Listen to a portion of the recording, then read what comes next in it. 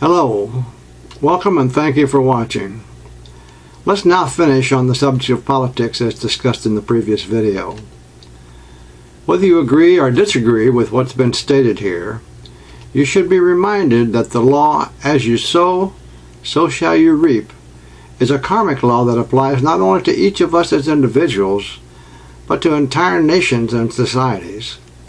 If the people of a society or a nation allow the leaders of that society or nation to oppress or even to ignore those who are unable to help themselves, and I'm talking about the children, the elderly, the ill, the weak, the homeless, the jobless, those in poverty, those without hope, then the people of that society or nation cannot escape the responsibility for their inaction. And they, as a society, will pay for the error of such apathy as certainly, if not as severely, as will those who are more directly responsible. Why do you think it was said that the love of money is the root of all evil? If you're not a believer in such things as karma, as described here, then watch carefully what takes place in the world over the years that will follow 2013, 14, and 15. What do you think is being referred to in the part of this series of videos that talks about the fact that the world has entered a long, dark tunnel, a time of great difficulty and strife? We, the people of this world, are no longer about to enter that tunnel. We crossed that threshold on September 11th, 2001. In spite of that tragedy, the great majority of the people did not seem to understand the message. Neither did they understand when joblessness, foreclosures, and finally the recent worldwide financial crisis of 2008 came upon us. Because no significant changes have yet been made to correct all the conditions which caused that crisis, nor have changes been made to correct the great inequities of our society. As a result of the lack of significant change, there is more that is still to come, and much of what is ahead is likely to be even worse. Be thankful that there is light waiting for us when we finally reach the end of that long, dark tunnel. Now, because of this serious matter of responsibility, the people of a society or nation, and yes, even the people of a planet, must insist that politics be the fine and noble profession that it was always intended to be. A profession which calls out to those selfless, dedicated individuals who deeply desire to have and to live in and to serve in a society and on a planet that puts the well-being of all of its people first and foremost. Perhaps now you can understand why so very few people are willing to talk or write about such things. They are quickly dismissed as radicals, when in fact they may simply be reasonably well-informed persons who want their society to fulfill its potential to serve all the people well, instead of just a small percentage. Such things are not easy to say, and they're not easy to listen to. But the time has come when the people of this planet must open their eyes and ears, put apathy aside, and insist on real changes, positive changes in their politics and in their politicians, in their society, even in their government if necessary, and yes, even throughout their entire planet, in order to avoid the alternative of continuing as we are now, to go in the same dangerous direction at the same devastating speed. If these positive changes are not begun soon, we may wait too long, and the damage being done to our minds and our hearts, our people and our planet, may become irreparable. We cannot afford to wait that long. If there are poor, or homeless, or hungry, or ill, or any persons anywhere in your society who are without hope, then you and those around you would be wise to give these problems very serious consideration. Every possible attempt should be made to take whatever steps may be necessary to bring about a resolution to these very serious problems. That is, if you believe in the truth of the universal karmic law that states, as you sow, so shall you reap.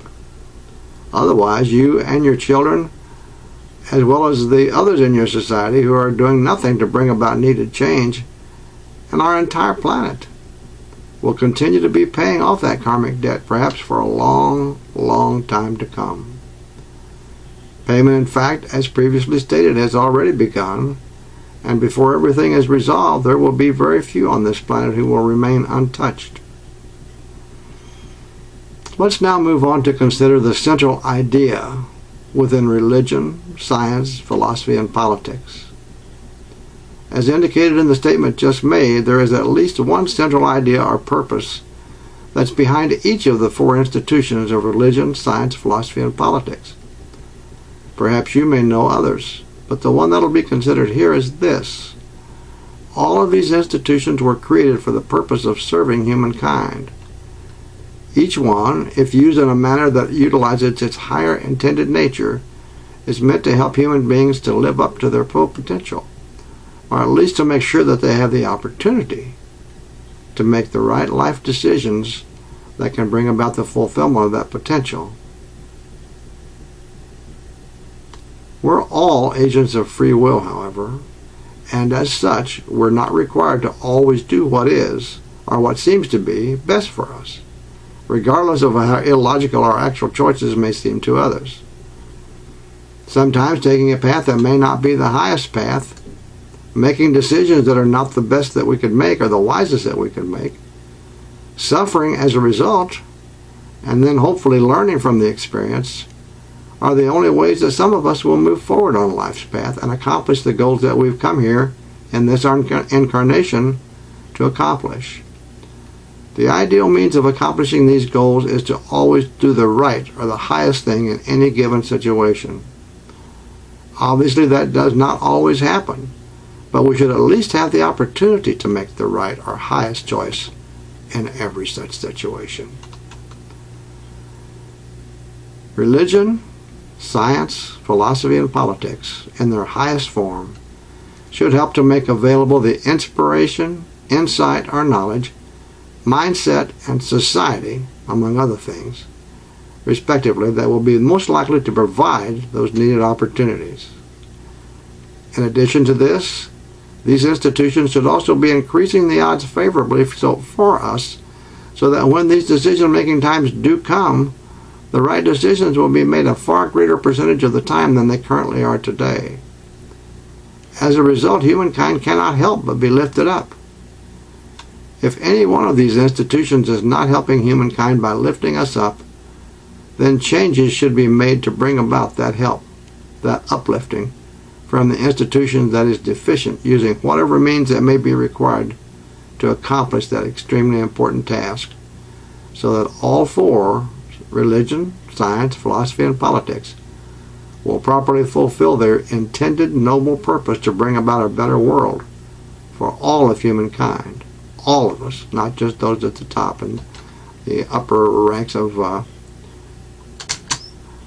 this planet in financial and so-called status aspects of it.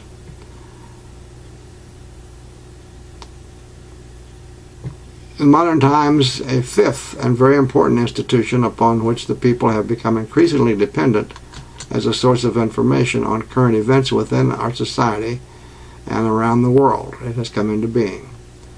That institution, of course, is the media, especially the news media. Traditionally, the news media has consisted of a large number of independent entities in the world, in the United States and around the world.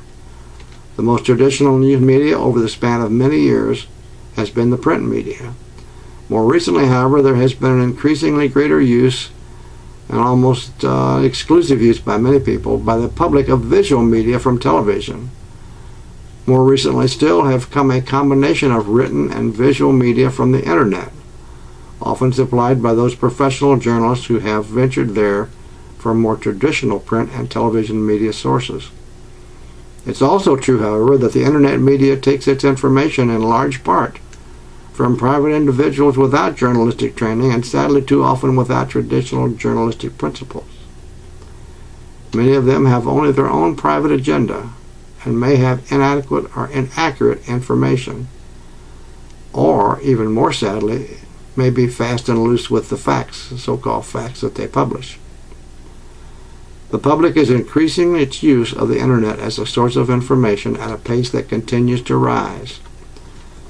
These facts, combined with the fact that too many of the traditional print and television media formerly with very high journalistic standards, have, over a period of time, moved from being independent information or news organizations to being nothing more than an arm of the private corporate structure, and these media are concerned only with profits derived from controversy, which they often create themselves if there's none available, and also sensationalism, which they also often create themselves.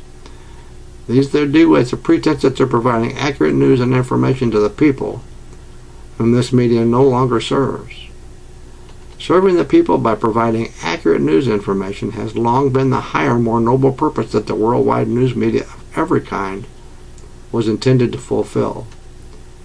Instead, today, however, the news media, described in less than glowing terms just above, has become more of a profit center than a news provider, and too often serves the corporate structure, those ultra-wealthy persons and families who are so heavily invested in the success of that corporate structure, and the institution of politics and those who inhabit its extreme positions that are not favorable to working families and the poor and the less fortunate among us. This media does so in order to present a particular point of view, just as indicated, that is more favorable to the corporate structure and those invested in it, and less favorable to the majority of the people. Obviously, these statements have been oversimplified in order to make a point, but nevertheless, the statements are accurate and they do make the needed point as is required. Partially as a result of this, many people have made the decision to use sources on the internet to get their news information, but many of those sources are no more than opinions rather than facts learned through acquiring knowledge. Hopefully the knowledge was acquired by good investigative journalism or other equally dependable means. This too, however, is oversimplified but still makes the needed point. The result of all that has been described here is that the people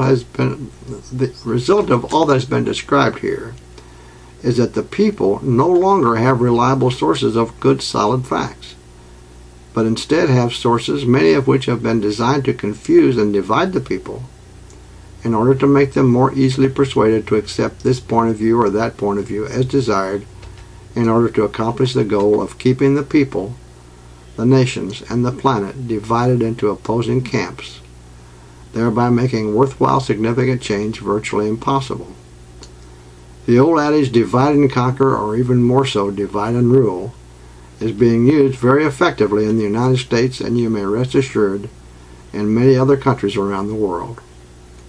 I thank you for watching this video. I hope you will continue by watching the next video in the series and the subsequent videos. Thank you so very much.